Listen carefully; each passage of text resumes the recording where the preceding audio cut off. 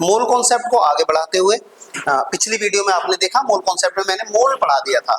अब मैं मोल को आगे बढ़ाता हूं, एक वीडियो में पॉसिबल नहीं था सब कुछ लाना, तो इस बार आता है मॉलिक्यूल।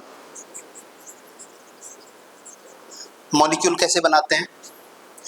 आप कुछ मत करो, जो मोल था उसे एवोगैड्रो नंबर से मल्टीप्लाई कर दो, काम बन जाएगा।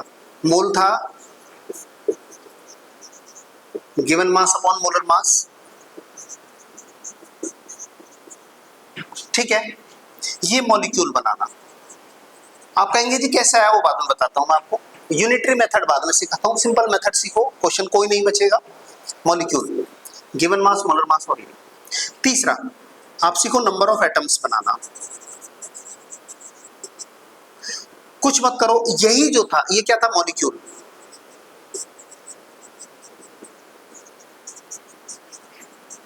इससे मल्टीप्लाई कर दो नंबर ऑफ एटम्स से।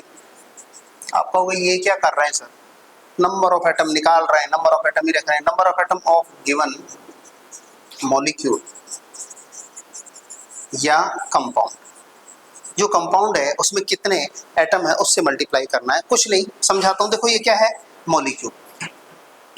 मैं आपसे कहता हूं CO2 में कितने एटम है, आप कहेंगे 1 और 2, 3 एटम है। और मैं कहता हूं 10 ग्राम CO2 में कितने एटम है, आप कहोगे सर 10 ग्राम में कितने CO2 है ये बता दो। तो मैंने एक तराजू लिया, स्केल, यहाँ पे CO2 10 ग्राम का वेट रखा और इधर CO2 चढ़ाए, और मैंने चढ़ाया तो मैंने देखा लगभग 9 CO2 इसमें आ गए। कितने CO2 आ गए, 9। मैं कहूँगा 10 ग्राम में 9 CO2 है। एक CO2 में कितने एटम थे, 3, तो 9 में कितने होंगे, 27। क्या किया मैंने, क्या किया, जितने CO2 के मॉलिक्यूल थे, CO2 के कितने मॉलिक्यूल आए, 9, जितने मॉलिक्यूल थे उसमें मल्टीप्लाई किया एक मॉलिक्यूल में कितने एटम थे उससे। सिंपल है, फॉर्मूला ये रहा, लगाते रहो। तीसरा फॉर्मूला देखो, चलो दो से ही काम करते हैं। Find number of molecules in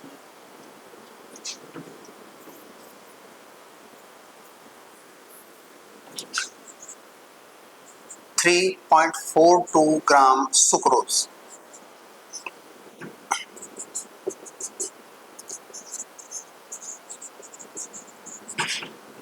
दो क्वेश्चन देखते हैं, मॉलिक्यूल निकालना है। गिवन मास, सुक्रोज होता है C12, मोलर मास इसका होता है 342। ये रहा फॉर्मूला, 3.42 से काटोगे 100 टाइम्स कटेगा, अरे सही है, 100 ऊपर जाएगा माइनस का हो जाएगा, तो ये बचा इतने मॉलिक्यूल। दूसरा देखो, सेकंड देखो, ग्लूकोज, मॉलिक्यूल निकालने बच्चों 18, मोलर मास 180, मॉलिक्यूल निकालने आ गए होंगे या सही है, ऐसे मॉलिक्यूल निकालते हैं, कुछ नहीं करना, गिवन मास, मोलर मास और ये गिवन मास, मोलर मास और एवोगैड्रो नंबर। ठीक है, आपसे पूछेंगे इन दोनों में नंबर ऑफ मॉलिक्यूल किस में ज्यादा है, किस में ज्यादा है, पहले वाले में, सॉरी दूसरे वाले में ज्यादा। कितने मॉलिक्यूल है इसमें, 22, और पहले वाले में कितने थे, 21। नेक्स्ट देखो, find number of atoms, find number of atoms in 18 gram glucose. क्या निकालना है, नंबर ऑफ एटम्स, कितने में, 18 ग्राम ग्लूकोज में निकालना है।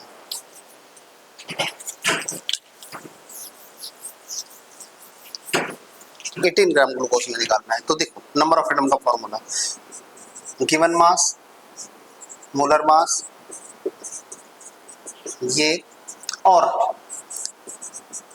ग्लूकोज का फॉर्मूला ये होता है, एक मॉलिक्यूल में कितने एटम है उससे मल्टीप्लाई करो, 6, 12, 6, कितने आए, 24। ये रहा आपका formula.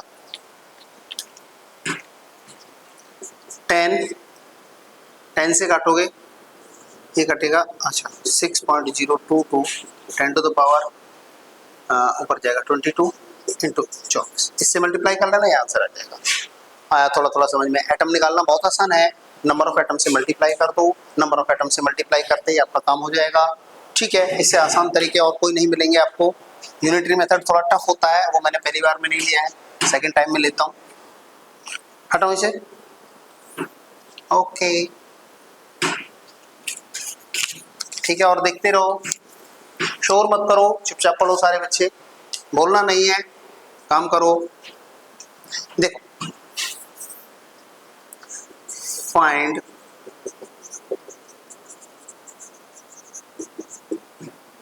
Number of atoms in 20 gram H2SO4, mass, molar mass है H2SO4 का, इनटू कितने एटम इसमें 2 1 4 7, ये मल्टीप्लाई होगा। तो इस तरह से नंबर ऑफ एटम निकाल। लास्ट टॉपिक देखो इसका मूल कॉन्सेप्ट का, उसके बाद मूल कॉन्सेप्ट खत्म। आपकी समझ में आया? मैं क्वेश्चंस करने को देता हूं आपको खूब सारे। देखो,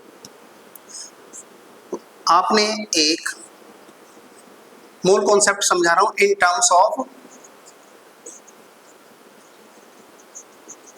टर्म्स ऑफ वॉल्यूम। वॉल्यूम की टर्म में समझाता हूं। आपके पास एक सिलेंडर है 20 लीटर का, आपने इसमें 1 मोल नाइट्रोजन, ऑक्सीजन, हाइड्रोजन, कोई भी गैस भर दी। कहाँ? स्टैंडर्ड टेम्परेचर और प्रेशर पे। स्टैंडर्ड टेम्परेचर और प्रेशर पे 0 डिग्री सेल्सियस टेम्परेचर स्टैंडर्ड होता है। ठीक है, यहाँ पे आपने एक गैस इसमें डाल दी, 1 मोल गैस डाली, 1 मोल, और जैसे 1 मोल गैस डाली फट गया। आपने कहा इसका मतलब ये छोटा था, आपने 22 लीटर का लिया, 1 मोल गैस डाली फिर फट गया। आपने 22.1 का लिया, वो फटा, 2 3 4 में डाली 22.4 लीटर के सिलेंडर में, तो ये नहीं फटा। तो आपने कंक्लूजन निकाला, अच्छा 1 मोल किसी भी गैस का 22.4 लीटर वॉल्यूम ऑक्यूपाइड करता है। मजा आ गया, आप साइंटिस्ट बन गए, रातों रात आप साइंटिस्ट बन गए। देखो, आपकी लाइफ बदल गई। फॉर्मूला वॉल्यूम मोल 22.4, देखते रहो आप। ये थोड़ा गीला कपड़ा है तो उसकी वजह से दिक्कत हो रही है। अगर मैं 1 मोल का लूं, 1 मोल कितना आ गया आंसर? तो यही तो बताया मैंने, 1 मोल का वॉल्यूम 22.4 लीटर होता है। तो इस फॉर्मूले को थोड़ा सही करो।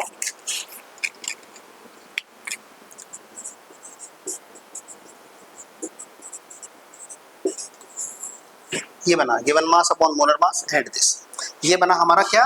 वॉल्यूम। सही है। अब देखो, find volume of 22 gram CO2 एट STP। कहाँ निकालना है?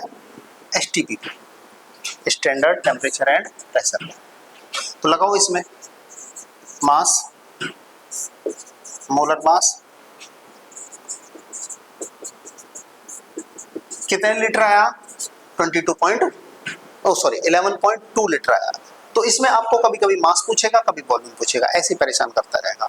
अगर मिलीलीटर में देगा तो 22400, इतने लीटर में 22,400 मिलीलीटर होते हैं। कोई बात नहीं, 1000 से मल्टीप्लाई किए तो मिलीलीटर में निकलवाए तो मिलीलीटर में निकाल देना, लीटर में निकलवाए तो लीटर में निकाल देना। कुछ क्वेश्चंस मैं इसके डिस्क्रिप्शन में डाल दूंगा इससे रिलेटेड। ठीक है, तो ये वीडियो मैं यही खत्म करता हूँ मूल कॉन्सेप्ट की। ओके दोस्तों, और रसायन ज्ञान को आप लाइक